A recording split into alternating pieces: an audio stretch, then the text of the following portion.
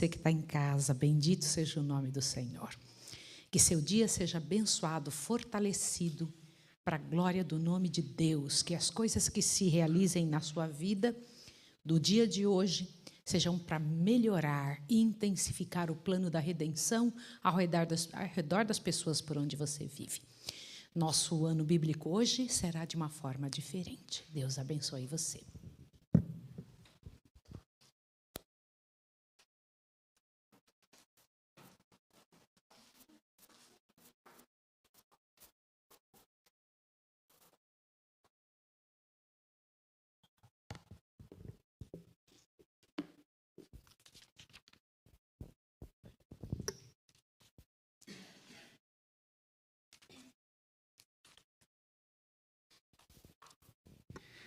Bom dia, queridos. Bom dia.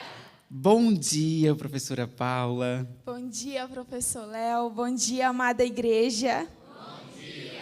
E um bom dia especial, juntamente aqui com o mais novo membro da família, que talvez você conhece, mas se não conhece, esse é Cainã, esse é meu filho, filho do Cleiton também. E nós estamos hoje agradecidos, porque Deus nos deu uma vigília maravilhosa e estamos juntos outra vez para adorarmos o nosso Deus. Amém. Professora Paula, ontem, como você mesma falou, nós tivemos uma vigília. E ontem, antes de finalizar o dia, antes de eu falar com o nosso Deus, eu fiz uma recapitulação do que eu poderia ter feito melhor e do que Deus fez na minha vida. E eu fiquei pensando, professora Paula, como é bom servir. Como é bom e prazeroso estar envolvido, professora, nas coisas que são celestiais, nas coisas de Deus. E eu fiquei muito agradecida a Deus ontem, conversando com Ele. Pai, obrigado, porque o Senhor Deus me deu essa chance e o privilégio de poder servir. Isso não é bom, professora Paula? Maravilhoso. E eu também sou muito grata a Deus. Eu acho que a gente poderia fazer uma oração de gratidão nesse momento. Sim, com certeza. Mas antes de nós fazermos uma oração, nós queremos desejar para você que está em casa um dia abençoado e um bom dia para você, né? Você que tem nos acompanhado, que está aqui, que a majestade do céu te abençoe, tá bom? Amém. E que nós possamos estar ligados com o céu, professora Paula. Amém. E agora nós convidamos os que estão aqui em casa e você que está aí do outro lado para ajoelharmos e falar com o nosso Deus.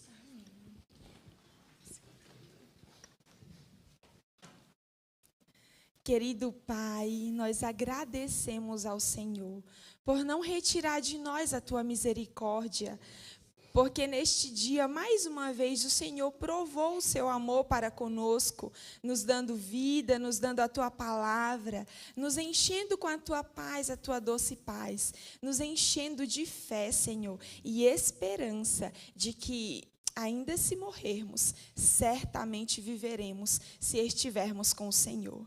Obrigada, porque a nossa família aqui na Escola de Profetas se une a tantas outras famílias ao redor deste planeta. E nós te agradecemos, Senhor, porque é o Senhor que nos faz um. Que o Senhor receba os nossos louvores e a nossa adoração neste momento. Em nome de Jesus. Amém.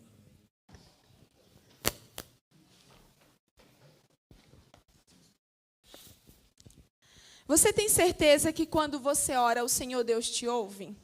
Sim. O Senhor Deus nos ouve, Cainã, quando nós oramos? Sim, o Cainã já ora também. O louvor que nós escolhemos neste momento vai professar esta fé que nós temos, que certamente Deus nos ouve, e Ele sempre nos ouvirá quando nós nos achegarmos a Ele com fé. Vamos cantar juntos o hino 361. Deus nos ouvirá.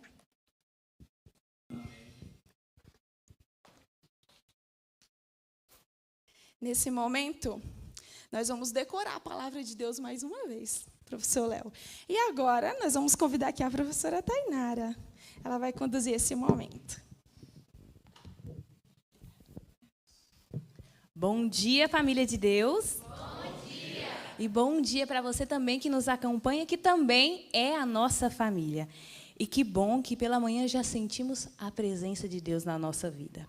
E eu sei que antes de todos esses louvores, de todas as orações, o Senhor já estava aqui presente, esperando cada um de nós, esperando você também aí que tem nos acompanhado.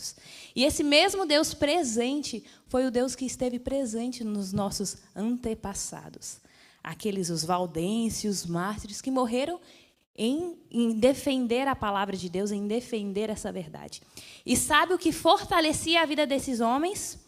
Era a palavra do Senhor, os versos que eles guardavam no coração deles. E a palavra do Senhor diz assim, que naquele momento mais difícil, de crise, aquele momento de aperto, eles lembravam da palavra do Senhor, eles lembravam das promessas do Senhor, se fortalecia, salmodiavam, cantavam louvores ao Senhor, lembrando da palavra do Senhor. E é por isso que nós decoramos a palavra do Senhor, porque nós sabemos que esse dia voltará, em que nos apertará esses momentos de crise, e o que vai nos fortalecer são as promessas do Senhor e a palavra dele. E por isso que nesse momento agora eu convido você a abrir a sua Bíblia, lá em Gálatas 1, do verso 6 ao 9. Gálatas 1, do 6 ao 9, para nós decorarmos esse verso e guardar no nosso coração. Então vamos lá, no 3, nós vamos todos recitar esse verso, e eu vou contar. 1, 2, 3. Gálatas 1, do 6 ao 9. Maravilha. Passasse daquele que vos chamou a graça de Cristo para outro evangelho, o qual não é outro, mas há alguns que vos inquietam e querem transtornar o evangelho de Cristo.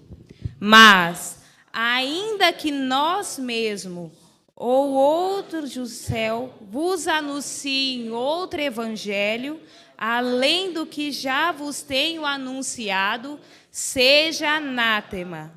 Assim como já vos dissemos, agora de novo também vos digo: se alguém vos anunciar outro evangelho, além do que já recebestes, seja anátema. Gálatas 1, do 6 ao 9. Gálatas 1, do 6 ao 9. Maravilho-me que tão depressa passasse daquele que vos chamou a graça de Cristo para outro evangelho, o qual não é outro, mas há alguns que vos inquietam e querem transtornar o evangelho de Cristo. Mas, ainda que nós mesmos ou outro do céu vos anuncie outro evangelho, além do que já vos tenho anunciado, seja anátema. Assim como já vos dissemos, agora de novo também vos digo: se alguém vos anunciar outro evangelho, além do que já recebestes, seja anátema. Gálatas 1, do 6 ao 9. Gálatas 1, do 6 ao 9. Maravilho-me de que tão depressa passasse daquele que vos chamou a graça de Cristo para outro evangelho, o qual não é outro, mas há alguns que vos inquietam e querem transtornar o evangelho de Cristo. Mas, ainda que nós mesmos ou outro do céu vos anuncie outro evangelho, além do que já vos tenho anunciado, seja anátema. Assim como já vos dissemos, agora de novo também vos digo: se alguém vos anunciar outro evangelho, além do que já recebestes, seja anátema. Gálatas 1, do 6 ao 9. Amém. Que o Senhor Jesus Cristo te abençoe nesse dia.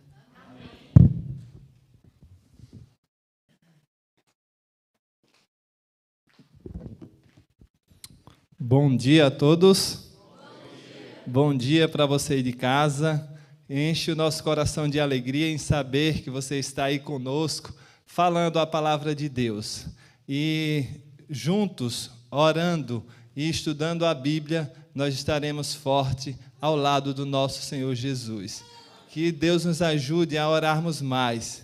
Eu estou pensando muito nesse propósito de passar a noite inteira orando, né? E já estou orando a Deus para que Deus me ajude, para que eu possa fazer isso.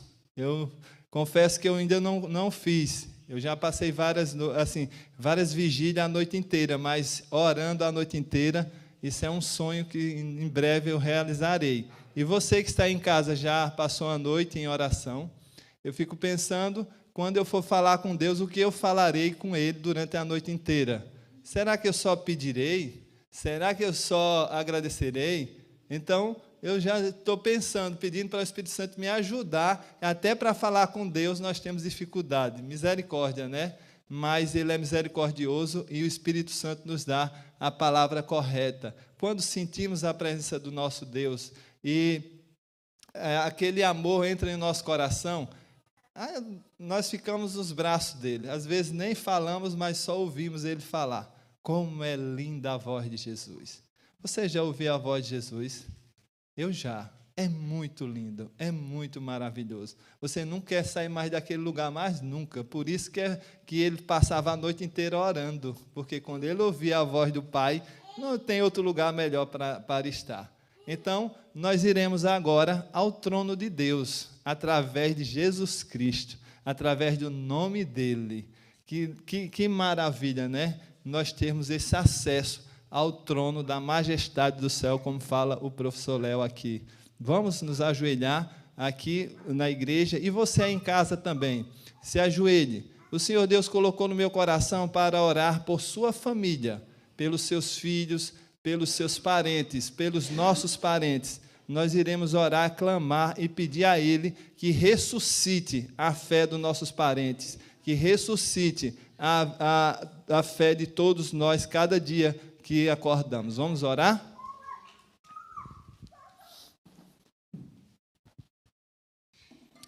Senhor Deus, louvado e engrandecido seja o Teu nome, Senhor. É no nome do nosso Senhor e Salvador Jesus Cristo, nosso sumo sacerdote que está aí no céu, intercedendo por nós. Que privilégio, Pai. Que privilégio é chegar diante do Teu trono pela manhã cedo. Eu quero Te agradecer, Senhor, por Jesus Cristo, por Ele enfrentar tanta dificuldade por amor a mim. Abençoa, Senhor Deus, cada um que está aqui na Escola de Profetas. Abençoa cada um que está aí do outro lado, Senhor, em outros países, em outros estados, em várias cidades, Senhor. Eu sei que Teu Santo Espírito está no coração de cada um que está ouvindo essas palavras, essa live ao vivo, vendo, e eu sei que aqueles que irão ver depois, o Teu Santo Espírito já está preparando o coração deles, ó Pai. Eu não sei a hora que essa pessoa está vendo, ouvindo esta oração, mas eu sei que Teu Santo Espírito irá tocar esta pessoa. Abençoa, ó Deus, os nossos familiares. Nós queremos direcionar, Senhor Deus, nossas orações, em especial pelos nossos filhos, Senhor. Aqueles que têm clamado pelos filhos, Senhor. Que o Senhor faça um milagre como fez com Lázaro. Muitos têm os filhos mortos na fé, e que eles possam ressuscitar para a honra e glória do Teu nome. Não importa o tempo que esse filho esteja, Senhor, morto na fé. Não importa, Senhor. Eu sei que Teu poder é suficiente para ressuscitar a fé e trazer essa pessoa para a igreja, Pai. Em nome de Jesus, eu quero pedir pelos nossos pais. Abençoa nossa mãe, nosso pai, que eles também, Senhor, se estiverem fora de Ti, que eles possam ressuscitar e voltar para honrar e glorificar o Teu santo nome, ó Deus. Entrega em Tuas mãos todos os nossos parentes, Senhor. Não tenho tempo suficiente para citar os nomes de todos, mas todos aqueles que fazem parte da nossa família, Senhor. Em nome de Jesus, traz eles, Pai. O céu será maravilhoso, e quando estivermos lá com nossos familiares, será mais ainda, Senhor. Então, em nome de Jesus, nós clamamos pelos nossos familiares, que cada família, Senhor, que está aí do outro lado, se tiver algum problema, que o Senhor, para a honra e glória do Teu nome, que o Senhor repreenda, Senhor, que haja paz nos lares, Senhor Deus, que as crianças sejam obedientes, Senhor, que os jovens possam, Senhor, se voltar para Ti e serem uma bênção em Tua presença, Pai. Muito obrigado por tudo que o Senhor tem feito por nós. Muito obrigado por deixar essas histórias na Bíblia e no espírito de profecia para nos ensinar, para que nós possamos ver que o Senhor pode todas as coisas, Senhor. A morte não tem poder, Senhor, de nos deixar lá, porque Jesus Cristo tem o poder de nos resgatar, de nos tirar. Senhor, nos enche do Teu Santo Espírito no dia de hoje, que nós possamos, ó Deus, levantarmos onde estamos e sair glorificando a Deus, assim como Lázaro saiu glorificando ao Teu nome, Senhor. Por favor, pedimos ao Senhor o poder do Espírito Santo, para que possamos andar em Teus caminhos, ó Pai. Te pedimos e te agradecemos em nome de Jesus. Amém.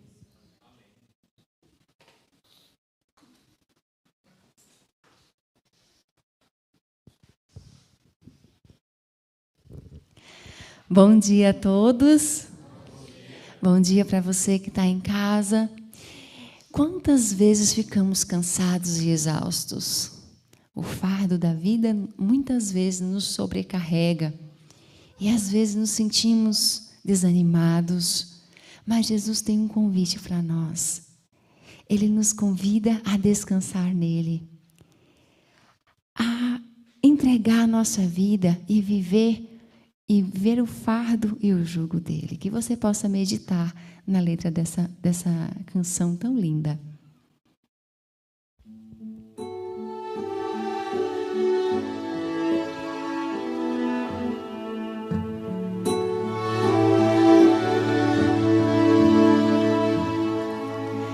Venham os que estão cansados e eu os farei descansar.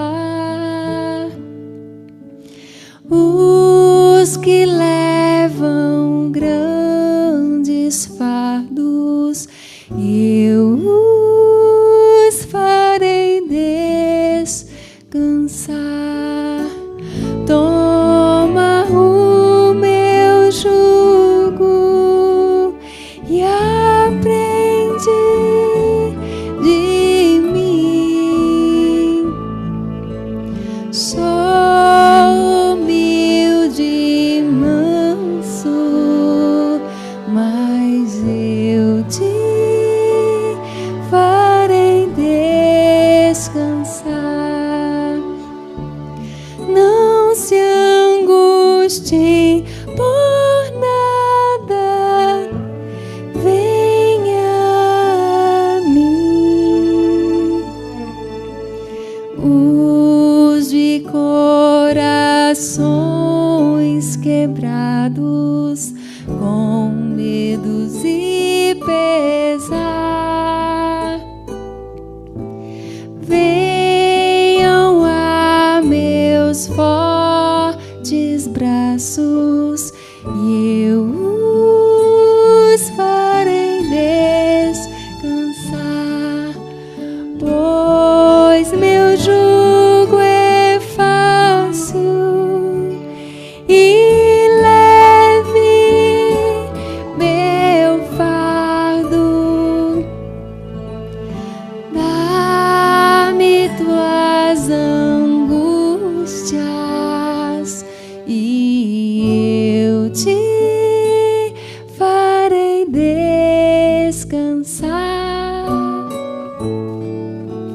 Venham os que estão cansados e eu os farei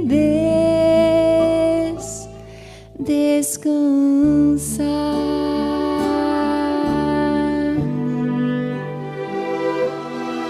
E você entregue sua vida e descanse nas mãos do Senhor.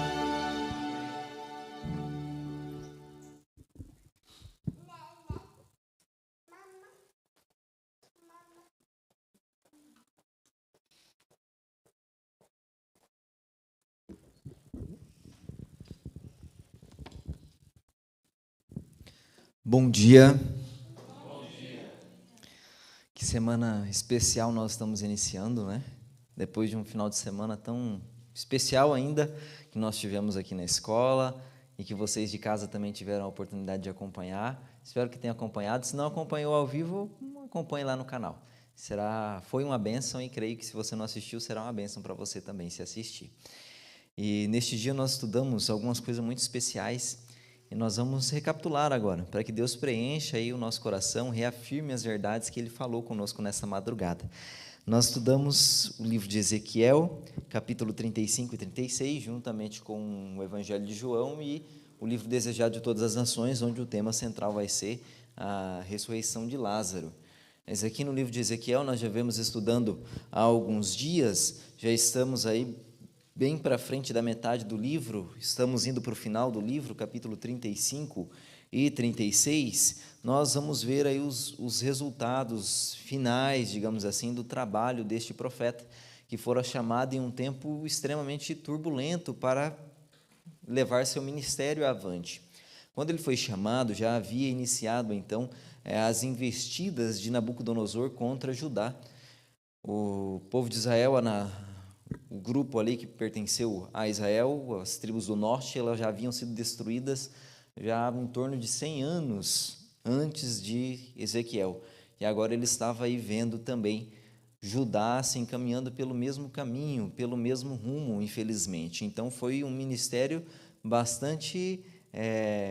bastante tristezas, digamos assim, angústias, porque ele estava vendo o povo de Israel ali sendo oprimido, o povo de Judá, e eles ainda, de certa forma, permanecendo resistentes às mensagens vindas de Deus para eles. E aqui no capítulo 35, nós vamos ver Ezequiel ele trabalhando com uma outra nação que também foi grandemente trabalhada por Deus, longamente suportada, e Deus foi trabalhando com eles para que eles não fossem destruídos, e foi tratando eles como filhos também, considerando eles irmãos do povo de Israel, falando, vocês vão cuidar desses. Qual foi a nação trabalhada aí no capítulo 35? Oi? No Monte Seir? Muito bem. Olha só, vamos lá ver o verso 1 então, verso 1 e verso 2 do 35.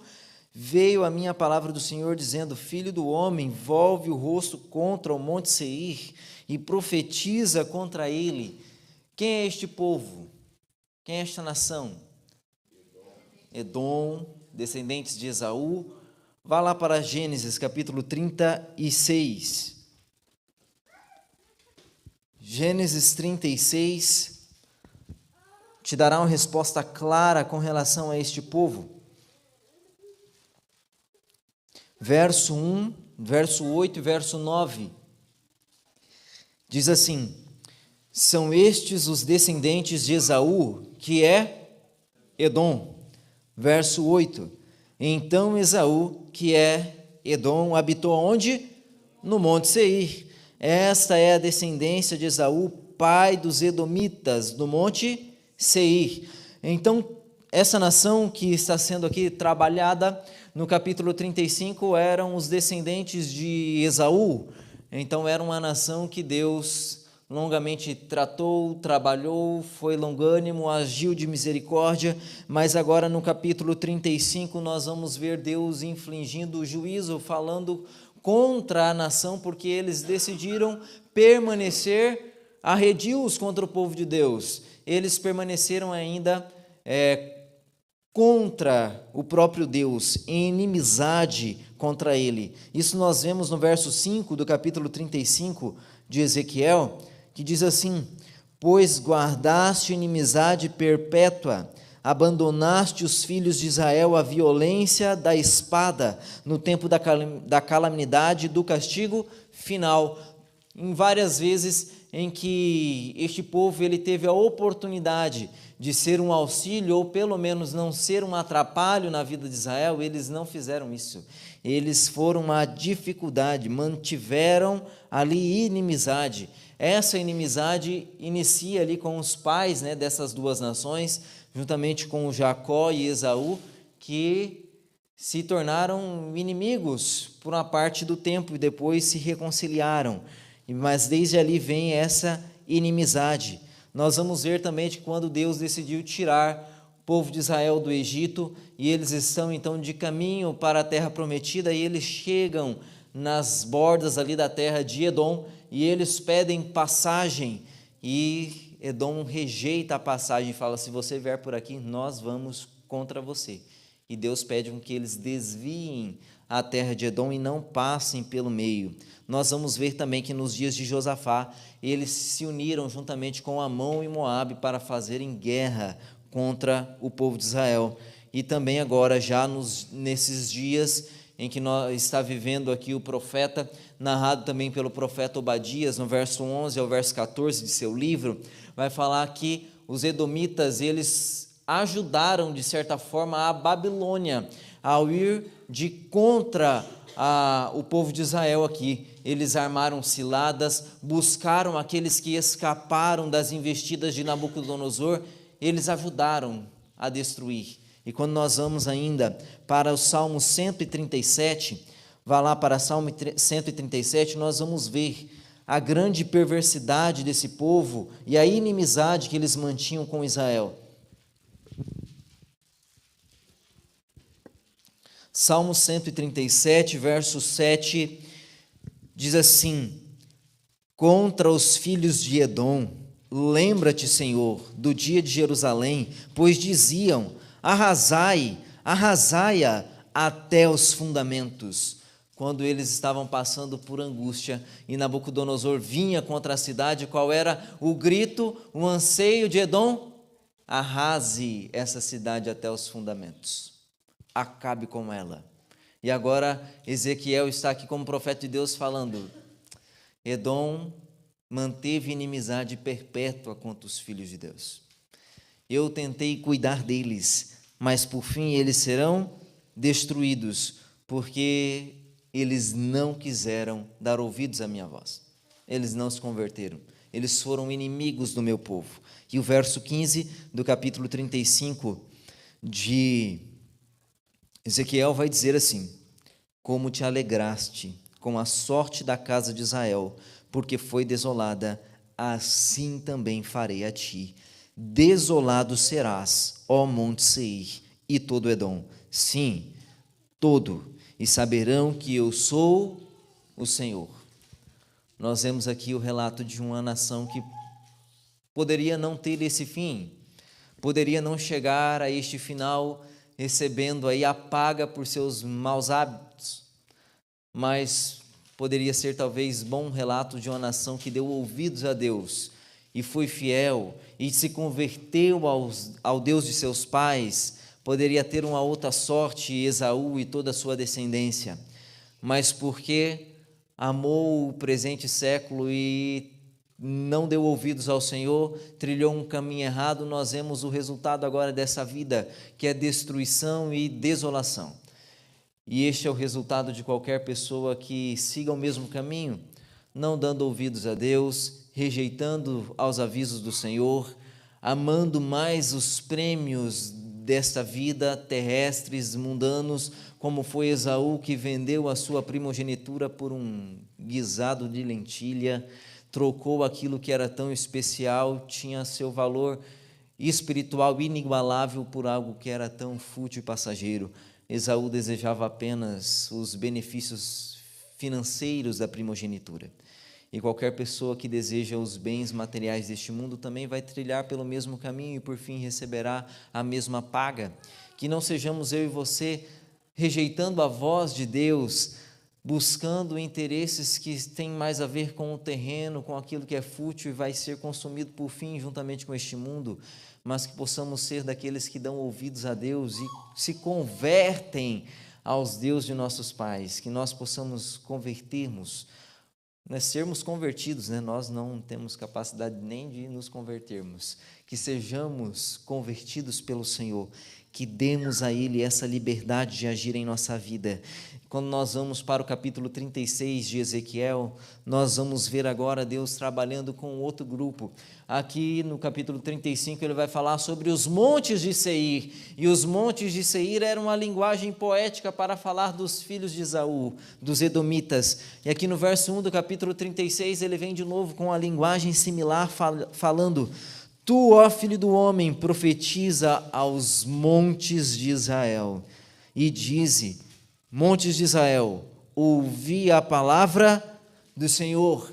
Agora ele vem dando profecias contra o seu povo, contra aqueles que estavam ali já prestes a serem destruídos.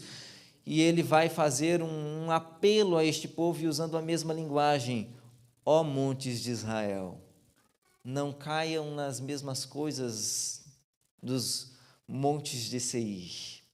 Não trilhe o mesmo caminho de seu irmão Esaú. Se converta a Deus. Não vá pelo mesmo caminho para não colher os mesmos resultados. E o resultado seria, verso 4: portanto, ouvi, ó montes de Israel, a palavra do Senhor. Assim diz o Senhor Deus aos montes e aos outeiros, às correntes e aos vales, aos lugares desertos e desolados, às cidades desamparadas, que se tornaram rapina e escárnio para o resto das nações circunvizinhas. Portanto, assim diz o Senhor Deus: certamente no fogo do meu zelo falei contra o resto das nações e contra todo o Edom. Eles se apropriaram da minha terra com alegria de todo o coração e com menosprezo da alma, para despovoá-la e saqueá-la. E ele vai dizer: olha, não vá pelo mesmo caminho que o Monte Seir, porque eu tenho planos ainda de restaurar você. E essa é a ênfase do capítulo 36, restauração. Deus mudaria a sorte de Israel, Deus estaria disposto a fazer deles, dar a eles um novo destino. Nós vamos encontrar a partir do verso 16 do capítulo 36, Deus com toda a sua disposição, querendo mudar a sorte de Israel, e não porque eles eram bonzinhos, mas porque Deus eterno, havia os escolhido, os estabelecido. E nós vamos encontrar aqui no verso 23 o seguinte relato: vindicarei a santidade do meu grande nome, que fui profanado entre as nações, a qual profanaste no meio delas. As nações saberão que eu sou o Senhor, diz o Senhor Deus, quando eu vindicar a minha santidade perante eles. E Deus está dizendo: o meu nome está vinculado com vocês, e eu tenho grande desejo de restaurar a nação por amor ao meu nome, para que eu não seja mais exprobrado, para que eu não seja mais humilhado diante das nações, porque vocês carregam o meu nome, e para que o meu nome seja exaltado, eu estou aqui disposto a mudar a sorte de vocês, fazer de vocês uma nova nação, um prêmio na terra, como vocês deveriam ser. E eu vou restaurar, refazer a aliança com vocês, e com essa aliança vocês alcançarão aquilo que eu sempre quis que vocês alcançassem. E essa aliança vai estar baseada numa restauração tão completa que vocês passarão a me representar de maneira absoluta e completa. No verso 26 vai dizer: dar-vos-ei coração novo, e porei dentro de vós espírito novo. Tirarei de vós o coração de pedra, e vos darei um coração de carne. E Deus estaria disposto a, nessa aliança, trabalhar com o povo de Israel, para que agora eles pudessem representar a Deus de maneira mais profunda, mais íntima e até em essência, de forma que a lei não fosse apenas um conjunto de regras autoritárias sobre eles, mas que se tornasse a essência de sua vida, fosse o seu coração, onde os mandamentos estivessem escritos nas tábuas do coração, na carne deles. E essa restauração nós vamos ver que vai ser, sim, completamente executada. Deus, por fim, vai cumprir isso com o seu povo. Deus, por fim, vai cumprir isso com o Israel espiritual. Deus vai ver cumprido isso com a igreja. Que nós possamos, então, pertencer a este povo. Que sejamos completamente trabalhados por Deus, conduzidos por Ele, e que, por fim, realmente a sua lei possa ser posta em nosso coração e nós possamos vivê-la em essência. Para isso, Deus transformará a nossa vida, Deus mudará quem somos, Deus nos irá transformar, e que nós possamos permitir que Ele nos transforme e que, por fim, em sua vinda, realmente Ele tire de dentro de nós tudo aquilo que é inimizade contra Deus e possamos, então, sermos completamente guiados e reinados aí por Ele. Que Deus possa abençoar a vida de cada um de nós e que nós não venhamos a ter o destino do Monte Seir, mas sermos restaurados como o Monte de Israel.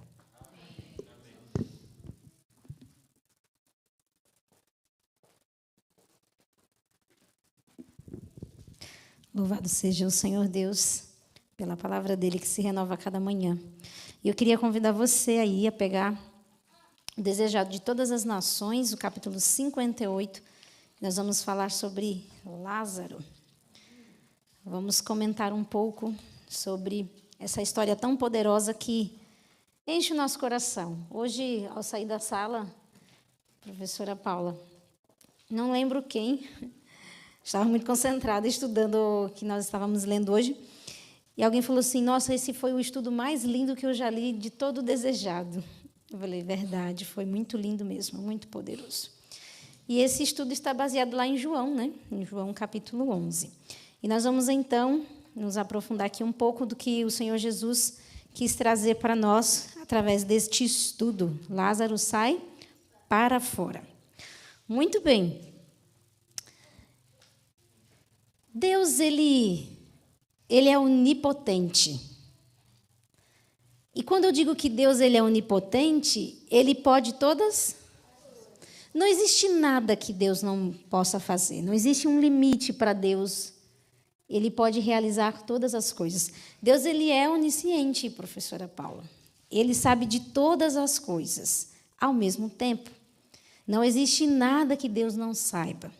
Deus ele é soberano, ele controla, ele governa todas as coisas. Não existe nada que sai fora do controle de Deus. Deus ele é a própria sabedoria, ele sabe de tudo. Tudo isso são atributos de Deus. E são atributos que nós não temos, não possuímos, não são inerentes a nós. Nós precisamos de um Deus que seja dessa maneira? Sim, precisamos. Imagina que os deuses criados pela mente humana são deuses completamente limitados. Eles precisam ser carregados. Eles possuem olhos, mas não veem. Eles possuem ouvidos, mas não escutam. Eles não podem fazer nada pelo ser humano, porque são limitados, porque foram criados pela mente humana. Mas o nosso Deus é diferente. Ele não foi criado pela mente humana. Ele está acima das nossas conjecturas. Ele está acima do nosso pensamento. E, por isso, ele supre a nossa necessidade como um Deus divino, porque ele pode fazer aquilo que nós não podemos fazer. Ele não está limitado àquilo que nós temos como raciocínio. Ele vai além disso. E isso supre as nossas necessidades. Perfeitamente. E por não entendermos isso, muitas vezes, nós acabamos reagindo e agindo como Maria e Marta, aqueles judeus, e tantos outros que estavam aqui nesta cena. Veja, quando nós não compreendemos que Jesus é soberano e que Ele é um Deus que é intencional, Ele não é carregado, Ele não é comandado por seres humanos. É Ele que comanda, é Ele que está na direção. E por ser assim, um Deus tão sábio e um Deus que tem o controle de tudo, Ele vai lá e Ele pode esperar 2 dias. Sim. E enquanto os outros, os seres criados que não têm essa visão da onipotência, da soberania, de que Cristo é todo poderoso, fica lá, e agora ele não veio, não, morreu, pronto, não tem mais. E esse desespero que quantas vezes acomete a nossa vida, professora Joana, por não compreendermos essa lição, que é tão básica e primordial. Nós temos um Deus que está acima de tudo, que comanda tudo e que tem o controle de tudo. E aí isso nos traz paz. E o texto de hoje, essa história nos mostrou isso. Se confiarmos nessa soberania, vamos ver coisas poderosas acontecerem. Amém? Agora, essa paz que a professora Paula está falando, ela não advém simplesmente de entender a soberania e o quanto Deus é onipotente, mas advém de um outro atributo de Deus, que se não fosse desse atributo, tudo isso que nós estamos falando seria anulado. Não nos serviria de nada, que é a pessoalidade de Deus. Ao mesmo tempo que nós temos um Deus tão poderoso, que pode todas as coisas, que está acima daquilo que podemos fazer, nós temos um Deus que se faz homem para habitar no meio do seu povo. Ele se relaciona, ele se importa, ele se interessa. Ao mesmo tempo que ele está parecendo tão inacessível, ele se faz acessível aos seus. E isso é o que justamente nós precisamos, um Deus que pode todas as coisas, mas um Deus que me conhece tanto e entende as minhas limitações e fraquezas, que pode, mesmo assentado num alto e sublime trono, se relacionar comigo, se tornar acessível, abrir um espaço para que eu me achegue a Ele. E isso é poderoso. Porque nesse capítulo é justamente isso que sobressai, é isso que grita. Um Deus que pode ressuscitar, mas é um Deus que chora com você. É um Deus que entende a sua angústia e a sua tristeza, que fala assim, peraí, filho, eu tenho poder suficiente para me achegar a você e ainda te tirar dessa situação. Sim, é um Deus que deixa claro que ama em palavras e em atitudes. E em atitudes, louvado seja Deus. E isso para mim foi tão gritante no primeiro parágrafo, porque mesmo Jesus sendo Deus, olha, veja só que situação, Deus precisa de alguém? Ele necessita da companhia de alguma de suas criaturas? Contudo, aqui diz que ele almejava, anelava a ternura e a cortesia e os afetos humanos. E ele encontrava isso no lar de quem? De Lázaro. Imagina que de todas as casas que haviam por lá, de todas as famílias que Jesus poderia visitar, a casa e a família de Lázaro era um lar onde Jesus anelava estar. Era um lar que Jesus sentia saudade quando não estava por lá. Jesus falava para grandes multidões. Jesus era um homem popular. Ele tinha muitas coisas, mas ele sentia saudade da casa de Lázaro. Sentia saudade de Lázaro, porque Jesus anelava o descanso da fé. A frase que a senhora White usou aqui, ela é muito significativa, dizendo que Deus ama toda a família humana, mas ele liga-se a alguns por laços especialmente eternos. O que faz com que Deus se ligue a alguns com um laço especial? É porque a pessoa é gente fina, gente legal, como Lázaro? Com toda certeza, não. É da disposição de um coração pronto a confiar. A disposição da fé. Lázaro tinha isso. E Jesus podia descansar na fé de Lázaro. Sim.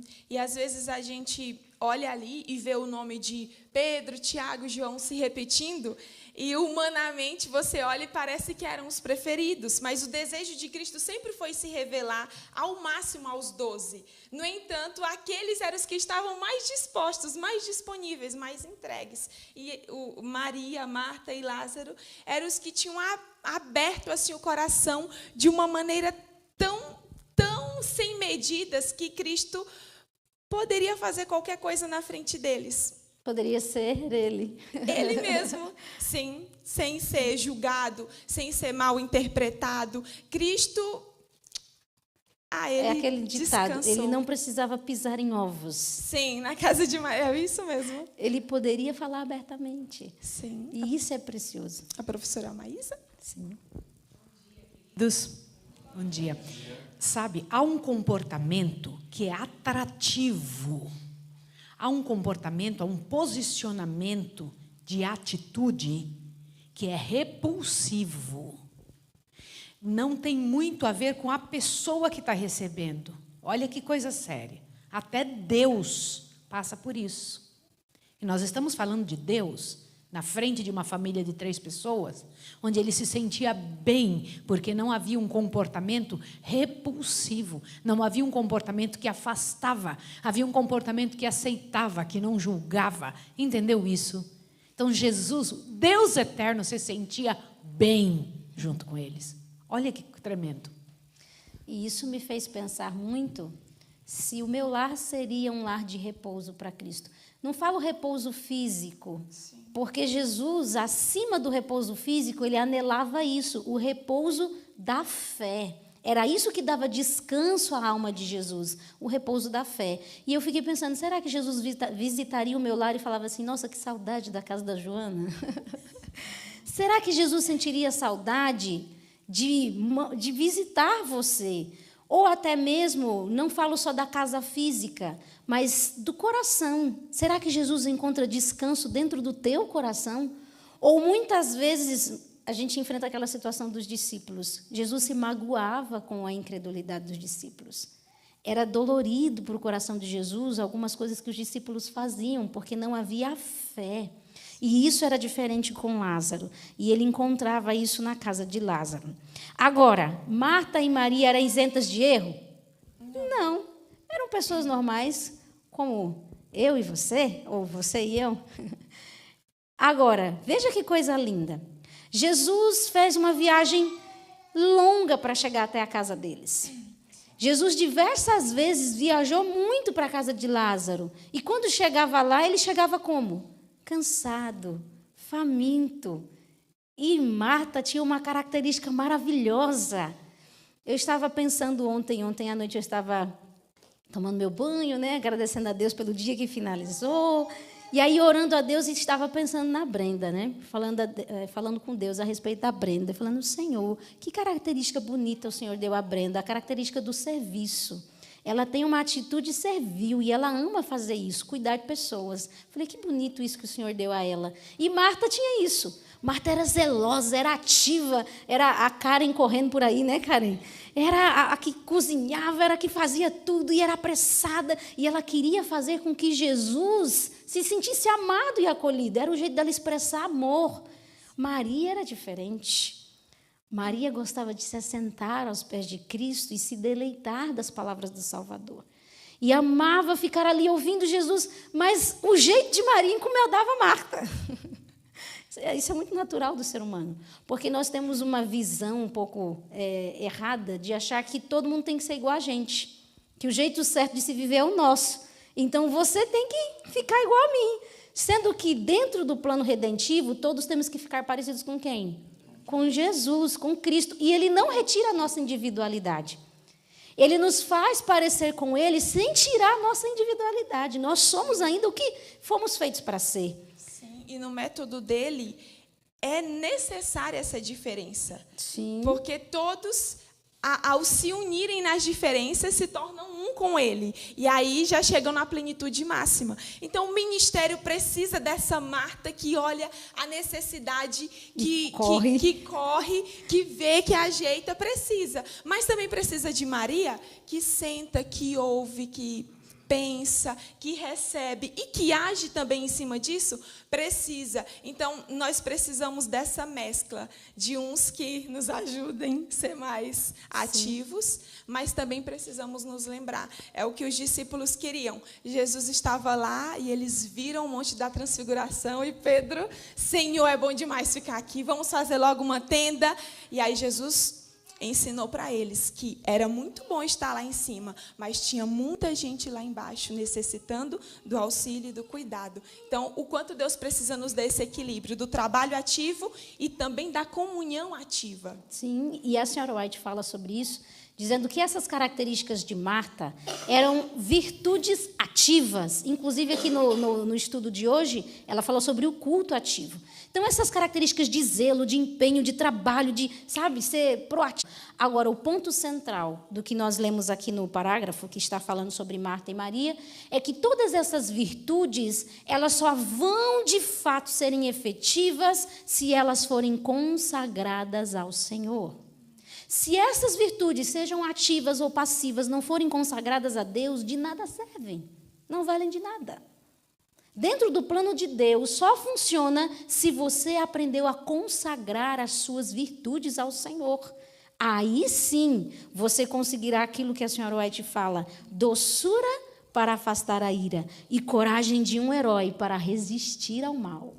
É esse o plano de Deus, que você tenha doçura suficiente para afastar a ira, mas coragem como de um herói para resistir ao mal. No plano de Deus, na obra do Senhor, Ele precisa de pessoas assim, dentro desse molde, que tenha doçura suficiente para tratar das coisas que são difíceis de se lidar, mas também tenha coragem de um herói para não ceder aos princípios do Senhor. E ele espera aqui isso. Que uma vida desse jeito é um invencível poder para o bem, uma invencível força para o bem. Glória a Deus, eu quero isso. Eu também. Você quer? Então temos que orar muito. Mas aí Jesus tinha toda essa coisa boa com a família de Lázaro, tinha esse envolvimento, esse laço familiar, porque Jesus bem disse que quem era a família dele? Quem fazia a vontade dele. E Lázaro era a família de Jesus. Num dia desses, Jesus recebe uma notícia.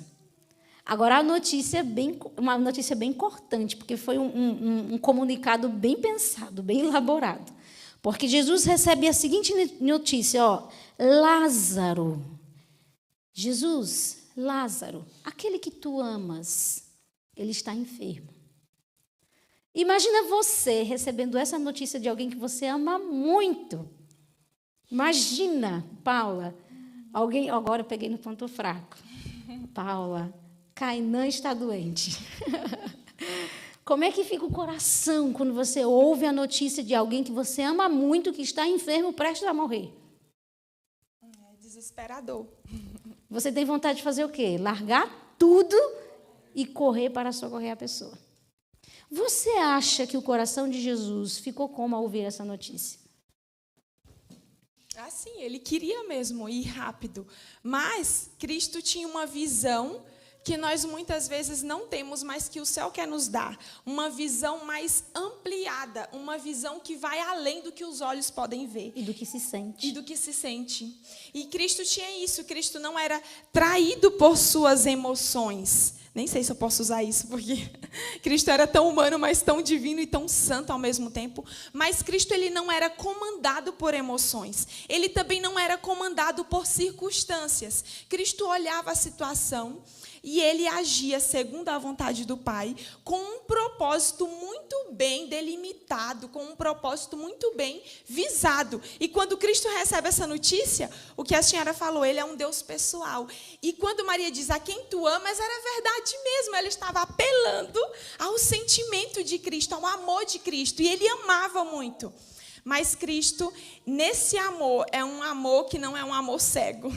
E às vezes, quantas vezes por amor cego na nossa vida, nós tomamos atitudes erradas, por não ter visão do amor correto, nós estragamos situações, nós estragamos filhos, nós estragamos relacionamentos. E Cristo estava ali, e ele olha aquela situação, o coração dele se condói mesmo por isso, mas Cristo espera.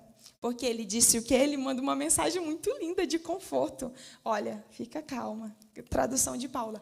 Essa enfermidade é para o quê? É para a morte. Para a glória de Deus, não é para a morte.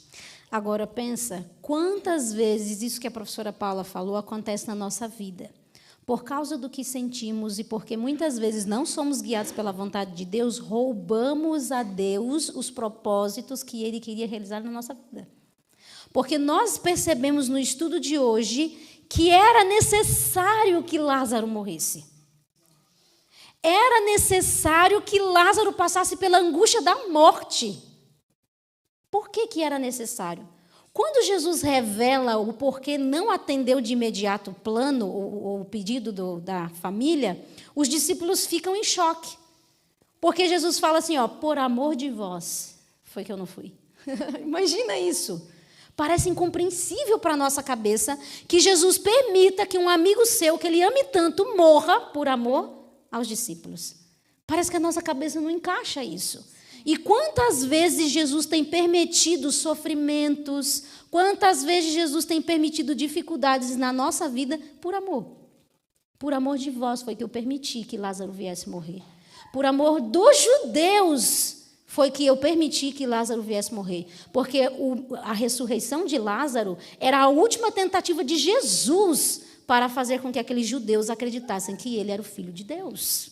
Que coisa séria. E por não entenderem isso, esse Deus que é tão pessoal, que se compadece, eles julgaram esta atitude de Cristo, disse aqui, como uma atitude muito fria. Eles recebem essa atitude de Cristo esperar, eles julgam ali, nossa, que frio, ele ama tanto e age desse jeito.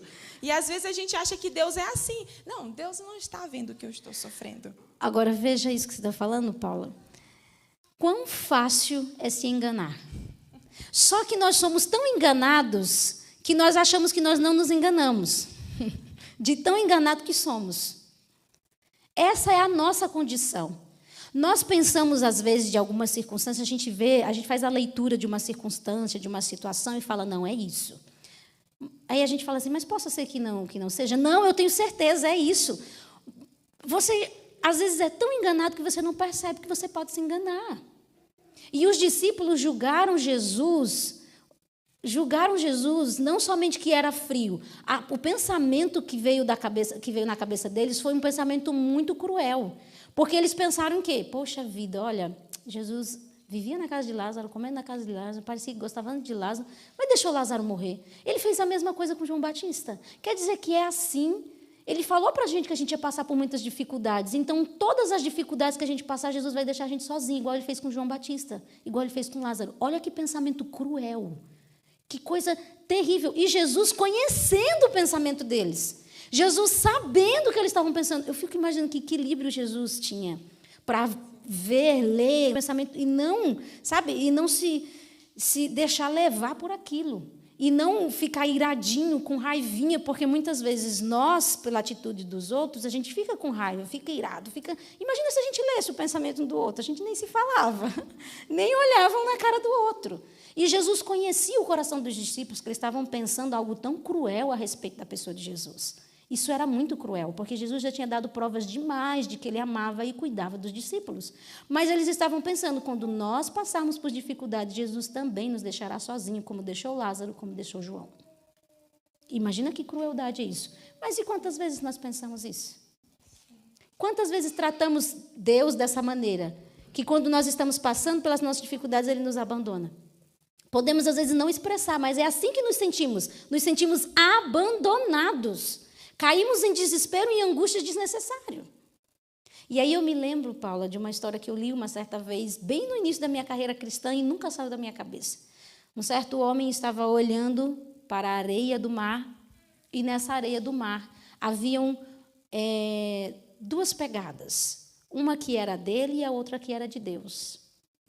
E Deus caminhava ao lado dele, e aquilo trazia muita satisfação ao seu coração. Mas ele começou a perceber que havia momentos da trajetória da vida dele que havia apenas uma pegada. E aí ele olhou para aquilo e falou assim, esses eram os momentos mais difíceis da minha vida. E ele olhou para Deus e falou, Senhor, nos momentos mais difíceis da minha vida, o Senhor me deixou sozinho.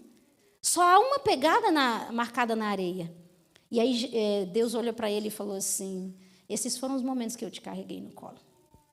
E é exatamente isso que a senhora White diz aqui, num parágrafo que eu preciso ler. Quando ele diz, por amor de vós, o parágrafo inicia assim, o meu está na página 371. E ele diz nesse parágrafo, por amor de vós, para que acrediteis, a todos quanto estão buscando sentir a mão guiadora de Deus, o momento do maior desânimo é justamente aquele em que mais perto está o divino auxílio. Sabe, os momentos de maiores desânimos, de maiores angústias, esse era o momento que Deus estava mais perto de você. Você pode até não ter sentido, mas essa era a realidade. Era o momento em que ele estava vendo.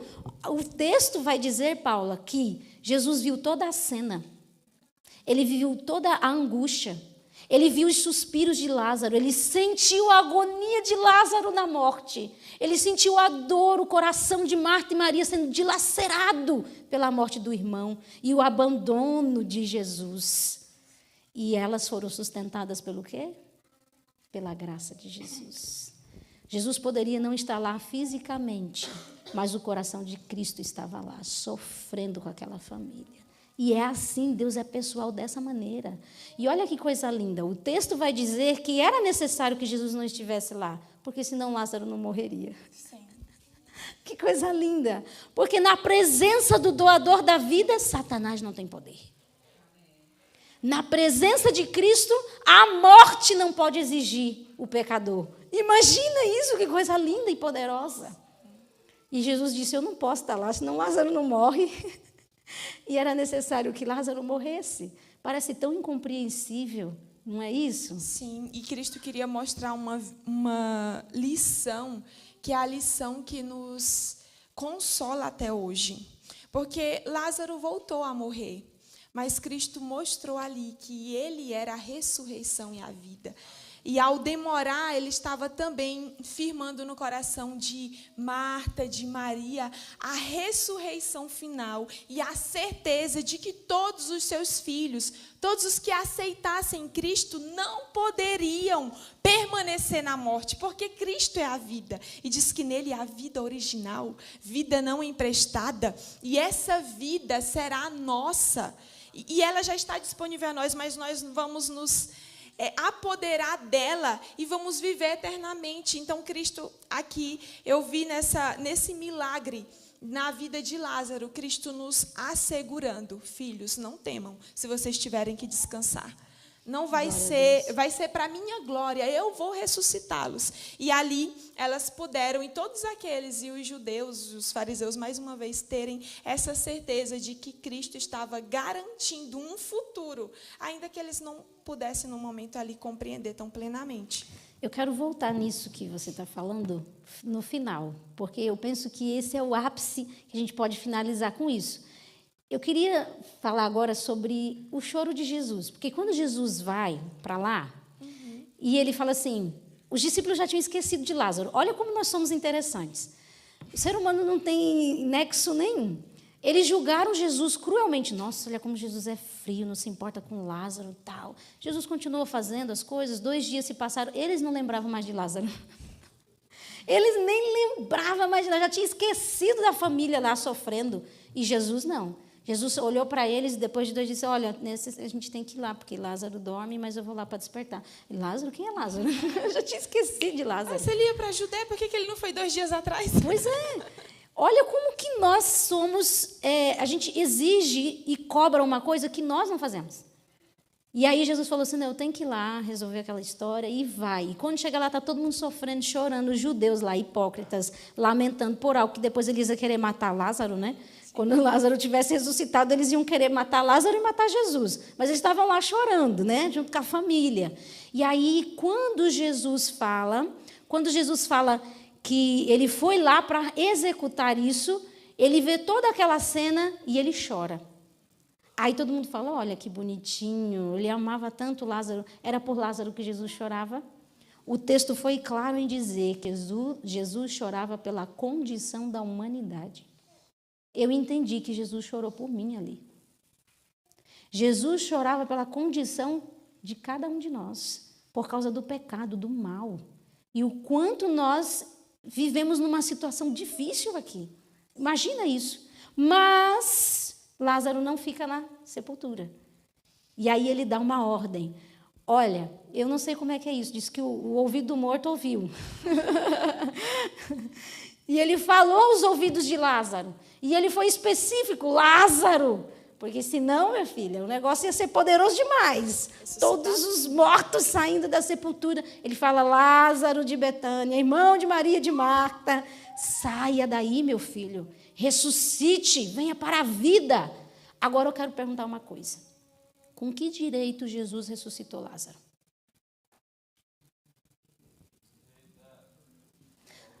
Com que direito Jesus ressuscitou Lázaro? Porque aqui o texto vai dizer que Jesus ressuscitou Lázaro pela fé e por uma vida de oração. Mas fé em quê? Isso daqui falou muito ao meu coração. Porque para Deus ressuscitar alguém, ele precisa ser justo. Para Deus ressuscitar um pecador, ele precisa ser justo. E para Deus ser justo, ele precisa de Jesus Cristo. Porque Jesus é o justificador de Deus. Olha que coisa poderosa. Nós somos pecadores. E nós não temos direito à vida. Nós precisamos o quê? Morrer. Quando Lázaro morre, ele só está cumprindo aquilo que foi dito no Éden. Se você pecar, você vai morrer. Agora, com que direito Jesus pode tirar Lázaro da sepultura? Por isso que a senhora White diz que é pela fé que Jesus faz isso. Pela fé no quê? No plano já estabelecido antes da fundação do mundo. Porque Deus só tem direito de tirar alguém da sepultura por causa de Jesus Cristo, que morreu para pagar os nossos pecados e nos substituiu. Agora, Jesus não tinha morrido aqui ainda.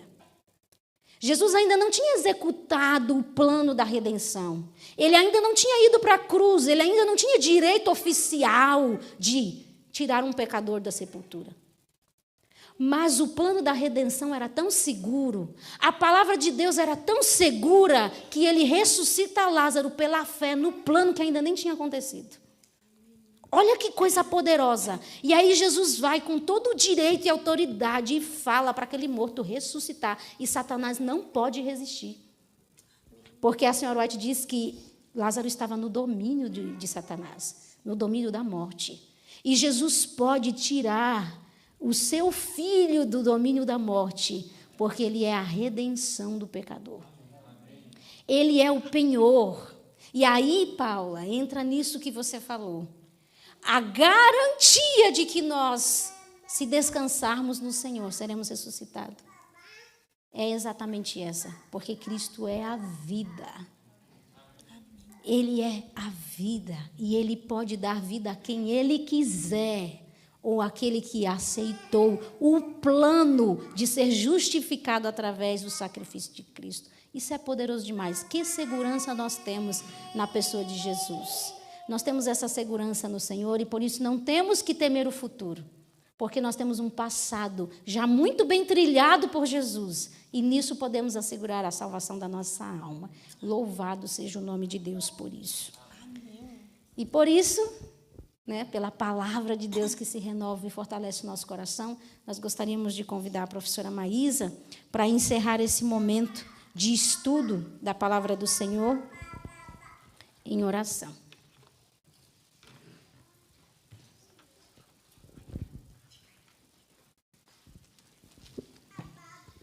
Gente, sabe uma coisa tremenda que a lição disse hoje também? Que Lázaro ressuscitou jovem. Totalmente jovem.